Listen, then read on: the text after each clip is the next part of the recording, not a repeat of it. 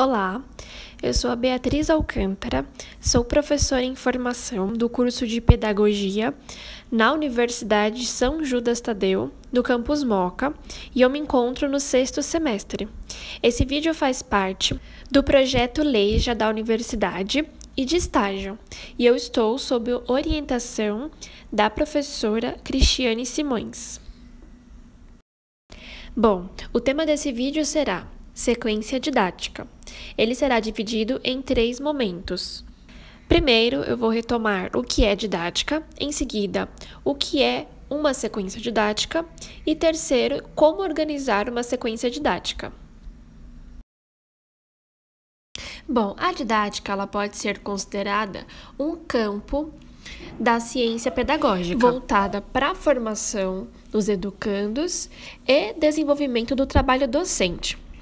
Então, a didática ela vai pensar aí no trabalho de mediação de ações pré-definidas destinadas à aprendizagem.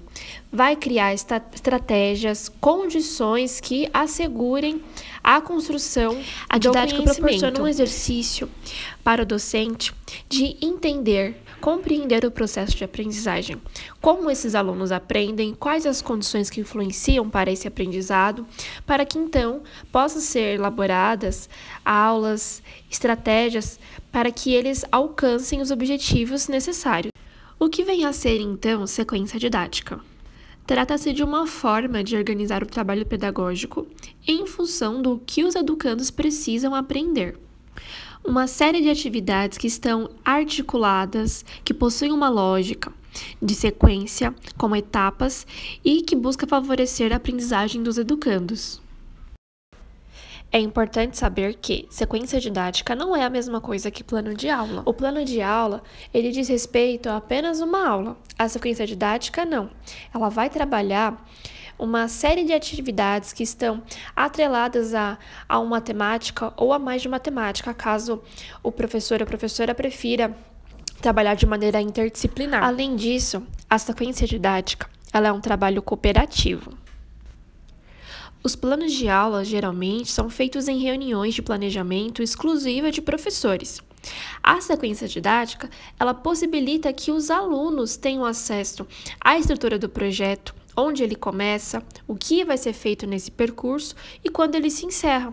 Então, eles têm a oportunidade de ter consciência do nível em que se encontram dentro desse processo de ensino-aprendizagem e quanto falta para que esse ciclo se encerre. O que caracteriza, então, uma posição de protagonista por parte dos educandos na própria construção de conhecimento. Chegamos, então, ao terceiro momento desse vídeo. Como organizar uma sequência didática? A partir daqui, eu vou apontar algumas questões que são bem relevantes para você, professor ou professor, que deseja compreender como organizar uma sequência didática. Primeiro, é importante pensar como definir o tema.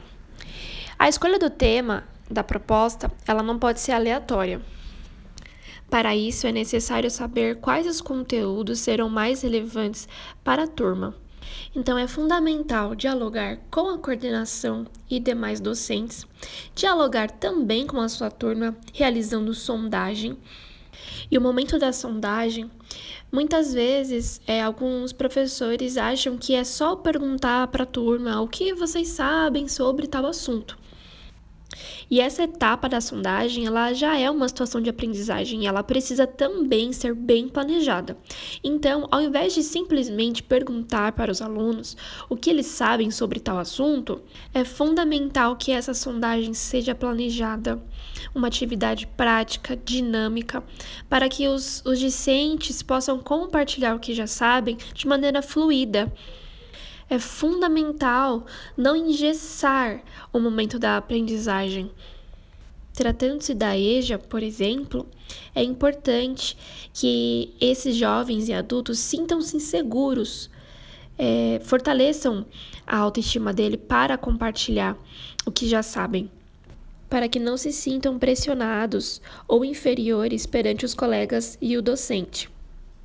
Além disso, é essencial que as propostas e atividades da sequência didática tenham uma continuidade e diversidade. faz-se necessário criar situações didáticas variadas em que seja possível retomar os conteúdos abordados em diversas oportunidades. Vamos lá. Como então estabelecer quais os conteúdos e objetivos da sequência didática? É importante lembrar que o conteúdo é o que você vai ensinar e os objetivos o que os educandos precisam aprender. Lembra que eu falei anteriormente? A escolha da temática dos conteúdos não pode ser aleatória. Então, precisa ter uma conexão entre os conteúdos e objetivos. Para isso, é essencial analisar os conteúdos mais relevantes. Tendo isso, fica muito mais fácil desenvolver as estratégias para que os educandos alcancem os objetivos. É bom lembrar também que esses conteúdos escolhidos não devem ser engessados. Durante o ano ou o período que você elaborar a sua sequência didática, para um trimestre, para um bimestre, para um mês, pode haver mudanças em que você vai acrescentar ou modificar os conteúdos, de acordo com o desenvolvimento dos educandos. Como relacionar as atividades e os objetivos? Bom, aqui é o momento de pensar nas estratégias que você vai usar para alcançar os resultados. Todas as atividades planejadas devem ter intencionalidade. E é claro, durante as aulas, algumas abordagens e temáticas podem não obter o desenvolvimento conforme o esperado. E por isso é importante estar em sintonia com a turma para que possa haver então uma readequação. Na sequência didática, os educandos podem auxiliar nesse planejamento. Então, no momento em que as atividades precisam ser readequadas, é importante ouvir os educandos, saber o que eles pensam a respeito da própria aprendizagem desenvolvida até aquele momento. Então, eles podem compartilhar seus repertórios e conhecimentos e assim fica muito melhor e muito mais fácil de readequar as atividades. Outro passo importante: como encadear as etapas. Quando você pensa na sequência didática, surge uma primeira ideia de uma ordem lógica para colocá-las no papel. Para que dê resultado ao colocá-la em prática, lembre-se de pensar em quais os conhecimentos a classe precisa para passar para a atividade seguinte. Lembrando que os alunos têm necessidades de aprendizagem diversa. Agora vamos falar de algo muito importante: o tempo. Como estimar o tempo que dura a sequência? Para responder essa questão, é preciso compreender o seguinte: o tempo não está relacionado à quantidade de tarefas, e sim à complexidade dos conteúdos e objetivos que se deseja alcançar. É importante também pensar em como essa sequência se encaixa na grade de horário da escola e como se relaciona com as demais ações que estão sendo realizadas com os educandos. Como organizar a turma? Bom, a sequência pode conter atividades coletivas, em grupos e individuais. Uma atividade coletiva, por exemplo, pode ser proposta quando se quer estabelecer modelos de comportamento e procedimentos. Uma atividade em grupo, de 5, 6, enfim, o número que você determinar, pode propiciar uma troca de conhecimento entre os colegas e tem a oportunidade de desenvolver habilidades que serão úteis para quando for trabalhar individualmente. Uma atividade em dupla, por exemplo, ela é interessante quando quer que o educando tenha uma interação mais focada, apresentando suas hipóteses e confrontando-as com a do colega. As propostas individuais, elas permitem que o educando ponha em prática os conhecimentos que construiu e, ao mesmo tempo, faça uma autoavaliação. Esse momento é muito importante. É o momento em que ele vai identificar e reconhecer suas potencialidades e também dificuldades. Então, a organização da turma fica a critério da didática utilizada para a atividade, com base nos objetivos de cada etapa e características da classe. Outros aspectos que são muito importantes também no seu planejamento, é preciso considerar flexibilidade, diversidade e sintonia. No caso, sintonia com a turma e com os demais docentes. Como eu já falei anteriormente, pode haver mudança de planos no meio do caminho. Claro que é preciso ter cautela para não perder de vista os objetivos iniciais. A diversidade é um ponto essencial de se considerar em sala de aula. A diversidade de realidade dos educandos e de necessidades de aprendizagem. Para isso, é fundamental diferenciar os meios para igualar os direitos. Por fim, vamos falar em como avaliar. Eu trago aqui alguns formatos de avaliação, mas, claro, você pode optar por outros. O principal é você responder, ao final de uma sequência, se os alunos avançaram de um estado menor para um maior de conhecimento sobre o que foi ensinado. Portanto, é fundamental registrar os progressos de cada estudante, observando como ele se desenvolve nas atividades desde a sondagem inicial.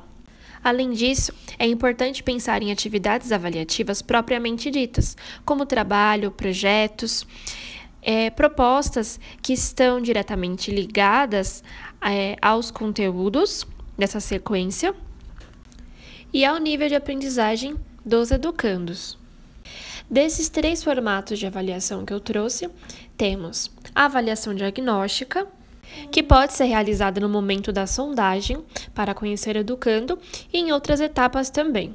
A avaliação formativa, que acontece no momento da aprendizagem, durante os trabalhos, os projetos em sala, e a avaliação somativa, que ocorre num determinado tempo pedagógico, podendo ser uma avaliação formal, dissertativa, ou uma prova de testes, uma atividade individual.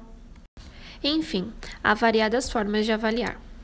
Trago aqui, então, um exemplo de itens para uma sequência didática, mas, claro, você pode optar por outros modelos.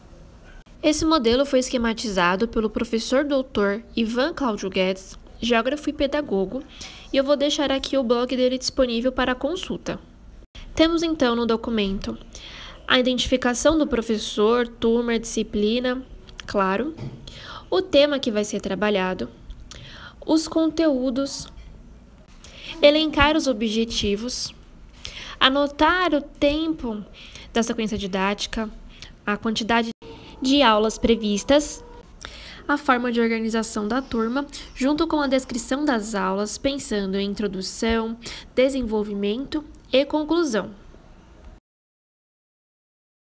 Esse vídeo se encerra por aqui, muito obrigada por ter assistido e eu deixo aqui as referências utilizadas para consulta.